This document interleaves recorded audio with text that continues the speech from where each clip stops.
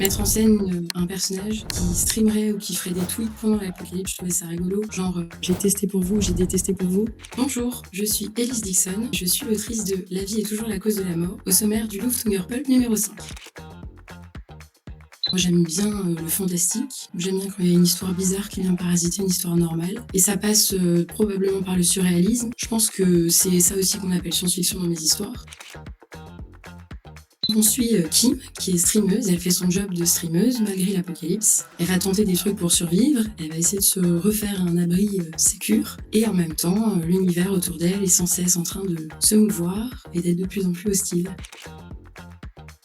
Kim, elle est seule en effet dans son abri et dans sa vie avant l'apocalypse, elle était streameuse. Donc pour survivre et pour vivre tout simplement, elle s'exposait. Elle avait déjà des viewers, une communauté. Et quand on regarde les streams aujourd'hui qui prennent beaucoup de place, il y a beaucoup de streamers. Ils sont un peu toujours en fait en train de parler à plein de gens et en même temps ils parlent à personne. Enfin, ils sont comme seuls avec leur écran, qui a une espèce de dualité comme ça qui est assez tragique et en même temps intéressante à observer, c'est inspirant.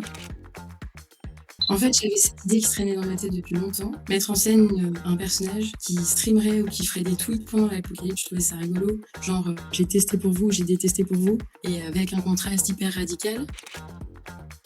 Je pense que c'est le fantastique, le goût du fantastique. Il y a plein d'histoires comme ça. C'est un univers assez ordinaire, il y a une espèce d'univers banal, et puis il y a un truc qui cloche, qui va commencer à alerter un personnage ou le protagoniste. Soit il va y faire attention, soit il ne fait pas attention et il est quand même dévoré à la fin, ou pas, enfin.